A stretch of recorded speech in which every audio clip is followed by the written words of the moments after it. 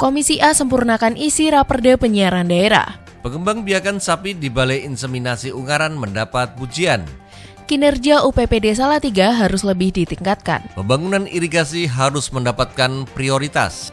Kejar capaian vaksinasi COVID-19 di Demak. Hai Dulur Jateng, apa kabar hari ini? Selama beberapa menit ke depan, Parlemen Inframe akan menemani Anda dengan rangkaian informasi kegiatan DPRD Provinsi Jawa Tengah bersama saya Priscilla Chandra Dan saya Bintari Setia, dan inilah Parlemen Inframe selengkapnya.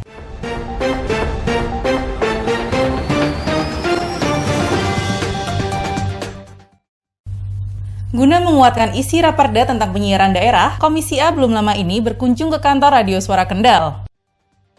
Guna menguatkan isi raperda tentang penyiaran daerah, Komisi A belum lama ini berkunjung ke kantor Radio Suara Kendal. Dalam kesempatan itu, rombongan Dewan diterima Kepala Dinas Kominfo Wiwit Andaryono. Dalam pertemuan itu, Wakil Ketua Komisi A Fuad Hidayat mengungkapkan pihaknya ingin mendengar langsung masukan dari pengelola radio yang dikelola Kominfo Kendal itu terkait raperda penyiaran daerah. Diharapkan hasil pertemuan dapat menambah masukan untuk menguatkan isi raperda. Wiwit mengungkapkan dalam pengelolaan radio daerah, sejauh ini belum memiliki Dewan Pengawas dan jabatan direksi. Selama ini direksi diisi oleh pejabat berstatus pelaksana tugas. Dalam operasional sehari-hari, Radio Suara Kendal diisi 9 orang dan 4 orang berstatus pegawai paruh waktu. Soal anggaran diambil dari operasional LPPL serta iklan. Sementara Ketua KPID Jateng Muhammad Aulia Asyahadin menambahkan, untuk pengisian jabatan direksi bisa diambil dari orang yang berkompeten dan tidak harus dari PNS. Potensi peternakan milik Dinas Peternakan dan Kesehatan Hewan Jawa Tengah cukup berkembang pesat. Hal itu dapat dilihat dari pengembangan ternak sejak 2021 sampai 2022 yang selalu bertambah. Sampai sekarang ini, potensi peternakan milik Dinas Peternakan dan Kesehatan Hewan di Jawa Tengah cukup berkembang pesat. Hal itu dapat dilihat dari pengembangan ternak sejak 2021 sampai awal 2022 selalu bertambah. Kepala Balai Inseminasi Buatan BIB Ungaran Agus Waryanto menyebutkan angka kelahiran anak sapi sudah mencapai 256.000 ekor atau terrealisasi 136%. Pencapaian itu karena keberhasilan pengembangan peternakan melalui inseminasi buatan atau lebih dikenal dengan cara kawin suntik. Dengan perkembangan yang baik tersebut, Komisi B turut mengapresiasi pencapaian itu. Dewan pun belum lama ini berkesempatan melihat langsung Balai Pengembangan Ternak yang berada di pinggir kota Ungaran. Ketua Komisi B Sumanto mengakui sangat bangga dengan kinerja Balai Inseminasi Buatan itu. Diungkapkannya, sapi jenis PO Kebumen memiliki kualitas yang baik dan sehat. Selain itu, dengan ditunjang keberadaan kandang yang bersih dan fasilitas yang memadai, turut menunjang pengembang biakan sapi. Agus pun menambahkan kontribusi semen beku dari BIB Ungaran sebesar 102.505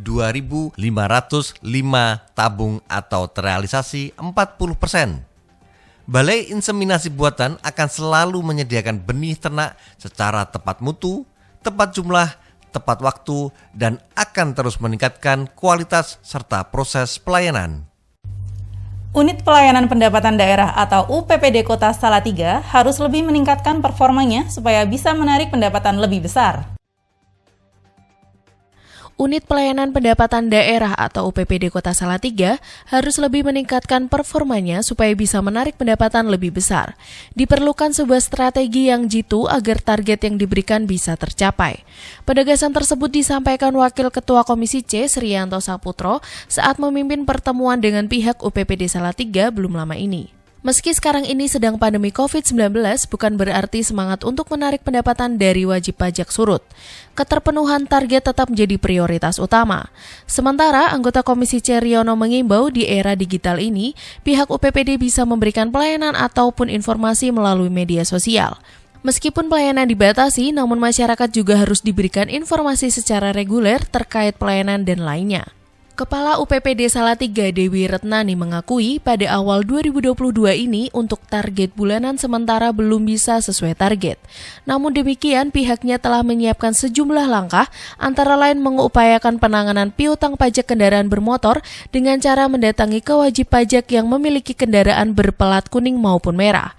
Mengenai informasi melalui media sosial, UPPD Salatiga mengakui masih terkendala dengan keterbatasan jumlah personil. Secara keseluruhan, kinerja UPPD Kota Salatiga mampu memenuhi realisasi target. Pada 2020 saja, dari target pajak kendaraan bermotor 56,7 miliar rupiah, mampu menyetor pendapatan 57 miliar rupiah. Sementara pada 2021, dari target 66 miliar rupiah hanya terrealisasi 56 miliar rupiah. Komisi D DPRD Provinsi Jawa Tengah meninjau pemeliharaan proyek perbaikan dan pembangunan jaringan irigasi di Kabupaten Demak. Komisi D DPRD Provinsi Jawa Tengah meninjau pemeliharaan proyek perbaikan dan pembangunan jaringan irigasi di Kabupaten Demak. Proyek tersebut didanai dari anggaran 2021 masuk dalam paket pekerjaan rehabilitasi jaringan irigasi daerah.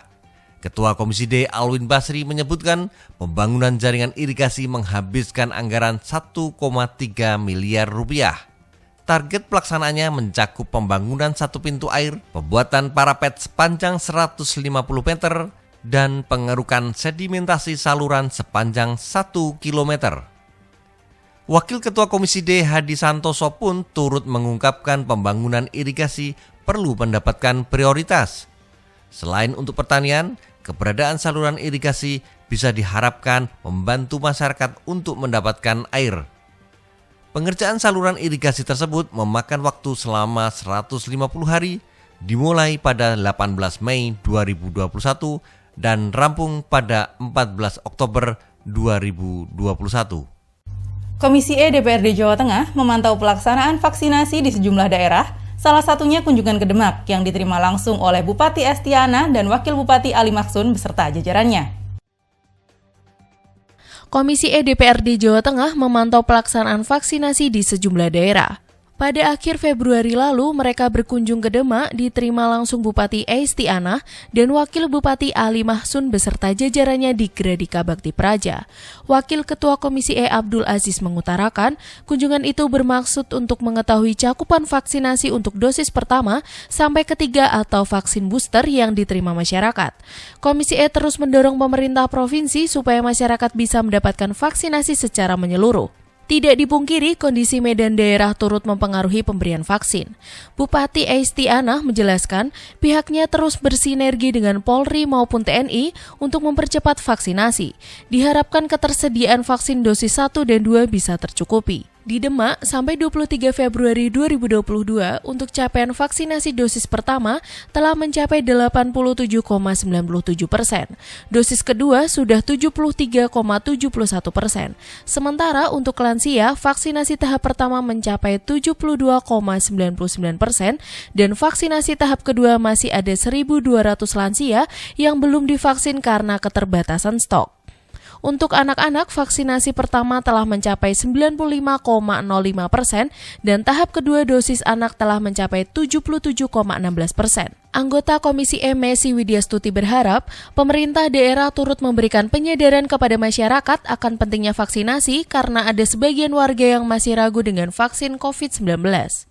Saya Priscilla Chandra. Saya Bintar Setia. Terima kasih atas perhatian Anda. Salam Berlian TV. Aspiratif, informatif.